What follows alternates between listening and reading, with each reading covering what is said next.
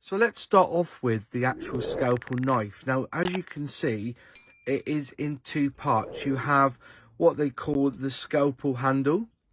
It's quite obvious, really. And then you have the scalpel blade. So you have a blade and a handle, and together they make up what we call the scalpel knife. Now, I personally use two sizes of handle.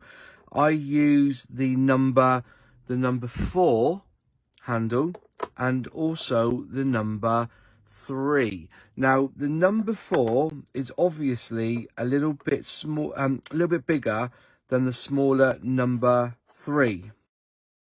Now, these ones here aren't Swann Morton, but I found them to be just as good, and I picked them up from eBay relatively cheaply, or Amazon. I think these ones come from Amazon, to be fair, quite cheaply. And so you buy the blades to fit the handle that you're using. For instance, I use a number 4 handle, and the blades I use are the number 26.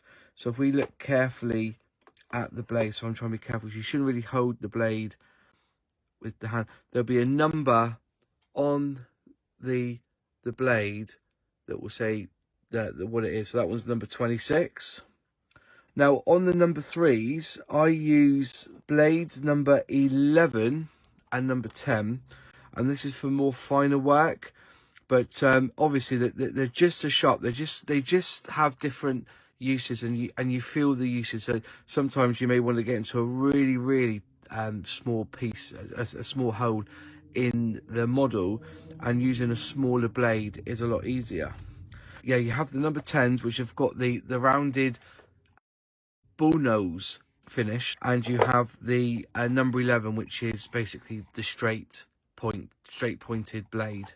And those are the two that I personally use.